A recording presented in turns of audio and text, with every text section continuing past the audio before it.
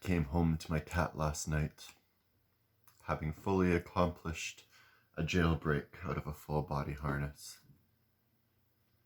It's October 6th, I think. I'll double check that real quick. No, it's October 8th. Good Lord. Time's losing all reference and all meaning sort of this year. And I'm catching that from a lot of people this fall. Everything right now just sort of becoming this, I don't want to say a stall, I don't want to say a crash, but definitely a seizing, it seems. Oh, a seizing of things. And I can't even understand why. You know, besides Pluto going direct, which I think was back on Sunday, it hasn't even been all that much right now. Like, this week was supposed to be the quiet week. So let's talk about it. Pluto direct. We can start there. It's probably the only thing we can trace that would have sort of a major effect. Oh, wait, Mercury shadow period, right? I get to talk about that too.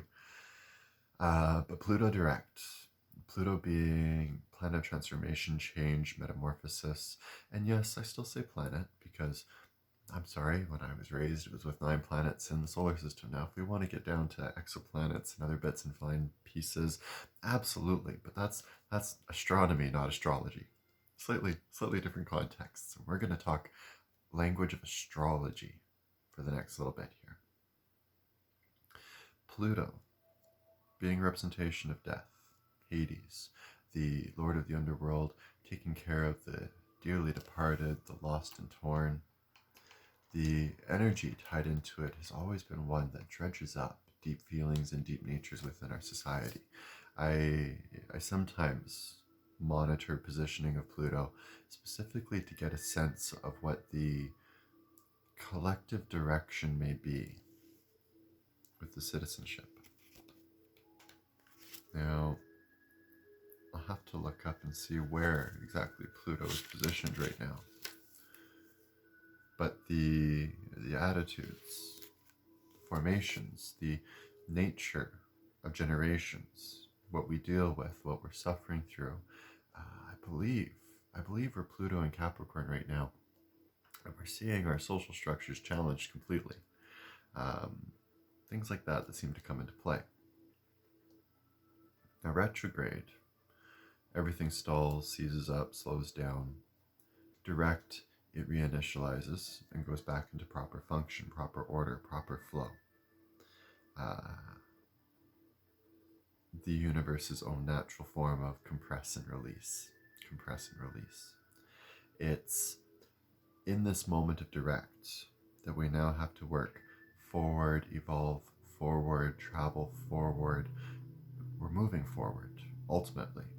And with Pluto energy, we're moving forward in release of things that are deeply rooted within our social structures.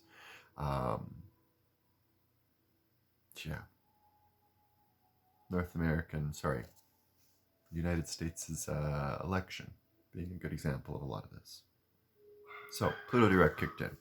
That was back on the 6th of October. No, I thought it was the 6th. That was back on the 4th of October. Don't know why I think it's the 6th though. It's Tarot Thursday today, not Tarot Tuesday. Jesus, cripes. The new ventures try to do at least 5 bits of production every day. I'm averaging out around 3-4. Just need to get one more in there consistently. Maybe daily little video blogs might be exactly the way to go. Start your morning with a little bit of Nick. Shit, I'd actually have to start getting it up, at 6 a.m. Or I do it overnight. So, Mercury retrograde's coming up. Let's talk Mercury retrograde for a minute here. Officially, happens on the 13th. Love 13. Happens on the 13th. It's going to run through until November 3rd, 113. Still 13s. Love it. The key element with retrograde of Mercury is the breakdown of communication on the personable level. My inner 3 planets, I always relate to myself. My outer 3 planets I always relate to society.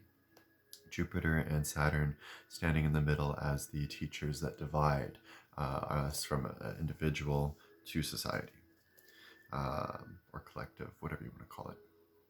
Now, Mercury retrograde throws communication to a spin dizzy. Electronics start to do their funky wonky bullshit. Things just don't want to work. They don't want to talk. They don't want to express. They're stubborn. They're argumentative. People just get short-tempered and drive like idiots, even more so than usual, which is shocking sometimes. It's just a complete breakdown of communication. Anything that has to express, even if it's in a yes or no, 1 and 0, it's going to be disrupted. Now, my biggest advice with any Mercury retrograde is always slow the F down. Take the time to observe and reflect. I think the best thing about turning off something like your communications array is then you can look and parse through outdated messages and what else you've already had going on. Don't engage and try and start new things in communication in a Mercury retrograde. Finish off what you've already got going. Use this time to catch up, recuperate, recover, gather yourself. They say plans that were formulated during this time period tend to fall through. I've seen some merit to that. They say the nature of relationships go through tough times. The exes come crawling out of the woodworks, and I don't have that anymore. But that is also because I control my communications array very carefully. I have to. I'm more fragile than the rest of me. So if you're going into this Mercury retrograde with people that you know you just can't deal with hearing from, take the initiative, cut them off, block them off, do what you gotta do. Plus side, this is the 13th is the day after Canadian Thanksgiving, so at least we can get one last good family hurrah in north of that border. Enjoy that. But it does mean going right into sort of a cave-like feeling right after Thanksgiving. And that could, if there is any conflicts right before a retrograde, I find the retrogrades exasperate it because people can't say their piece or finish their sentence or get their last thought process across to you. They become embittered, something like that.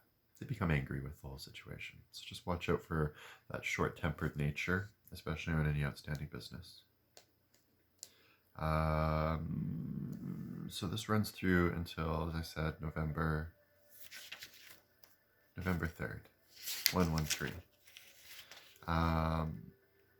Before that, we're going to be dealing with the full moon coming up, and I've had a few people reaching out saying, well, what do I do? How do I prep? How do I do this? What's a good thing to kind of do and set with this? So let's take a minute to talk intentions for moons. How do I want to approach this one? So the new moon is coming up on the 16th of October. And typically it's with the new moon in the witch work. You want to try and keep things beginning, initializing, starting. Fourth quarter is the cleansing. It's the cleaning of the altar. The first quarter is the intention of the altar. What do I desire out of this space that I'm creating? And so approaching and entering into first quarter, start considering what you want to see as your manifestation, your creation, your product that you want to accomplish over the next 28 days. Now, 28 days is how long it takes to roughly build a habit, if you look at it from that angle. Truth of the matter is, though, it's the step-by-step process.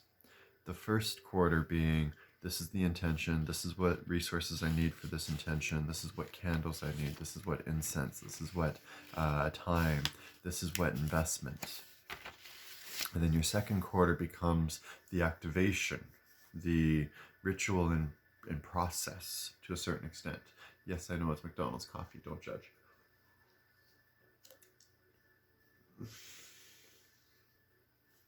Yes, it is. Yes, you're right. Okay, I will. First quarter, set the intention, set the stage, gather your investment. Second quarter, before we derail you again, It has to be related towards the activation of things in the ritual and process and formulation. There's a really easy way to describe this when you use sexual terms. This is why I say sex is a universal language. Um, it's not even, in D&D terms, it's not even just hitting a crit, it's hitting the DC. DC is acclaimed and you get to follow through with the process. Or in sex, it's the orgasm. You hit that point of release and holy crap, this is incredible. Doesn't mean that sex ends at orgasm. Lesson for all the guys out there. Sex doesn't end at the orgasm. The process of the orgasm is just that realization that it is there and that it is in flow and that it isn't dynamic. The acknowledgement of connection is what it really roots down to. The realization that things have come to this moment and come to this achievement and come to this dynamic.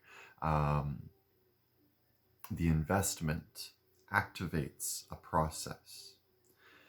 And we are excited about that process. We are enthused, engaged, exuberant. And so the full moon, the third quarter, is about that exuberance, that excitement. We are relishing whatever it is that we've created. Now, I like to use positive terms on this because it's supposed to be a celebration, but if things are going poorly, it won't feel that way. Investment turns into faltering, and all you really can follow your own actions back and you can tell exactly why it fell apart. Honestly, more often than not. If you put in the effort, it always works, one way or the other. Third quarter, the experience becomes realized, which then leads us to the fourth quarter. If we've done this all properly now, we have realized and we have maintained, we are consistent, we don't need to make it about building a thing anymore. We have accomplished a thing. And now we can step across over into the next realm, into the next world, into the next phase of things. We enter the fourth quarter and we clean our altars and we cleanse our energies and we discard and we banish and we shed all those things that we no longer need. Now, fourth quarter's coming up tomorrow. Interesting.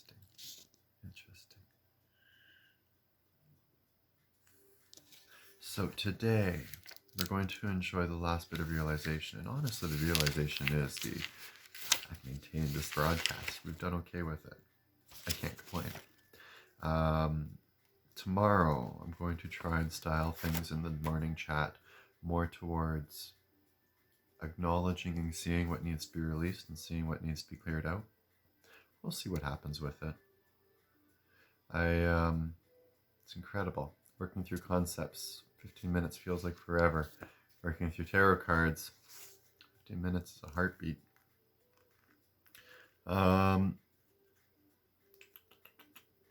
Last few minutes. What else have we got? We've discussed Pluto direct. We've discussed Mercury retrograde. Pluto direct being all about that dredging up deep things within society so we can activate and work with them and engage in those changes and transformations again. Mercury retrograde being the breakdown of communication and expression on personal levels, direct contact points, the ones and zeros in the phones, in the computers, in the cars, and everything else. We've talked about third quarter. We've talked about all the quarters really, but highlighted fourth quarter coming up here and needing to cleanse and banish and clear everything away. And we'll have a bigger chat and conversation going on with that tomorrow. And I think that's good enough for a day. Maybe I'll keep the rambles to 15 minutes. Maybe not. Maybe it's a morning broadcast. Maybe it's not. I don't even know yet. I just like knowing that I can sit down here and throw some thoughts up there and somebody's going to find some use to them at some point.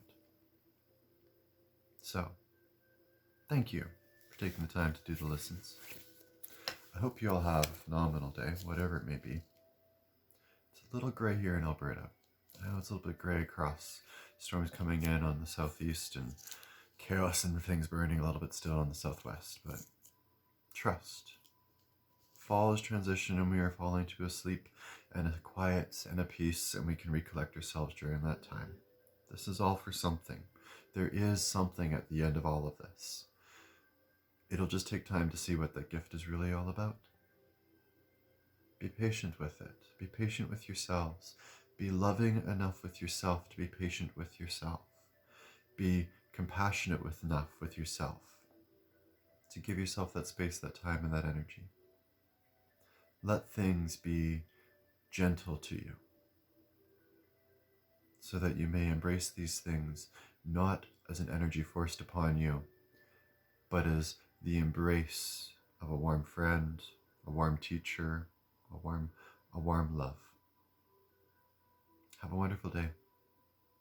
As I say to my landlord all the time, good luck, have fun, don't die, and we'll see you all again soon. Till then, be blessed.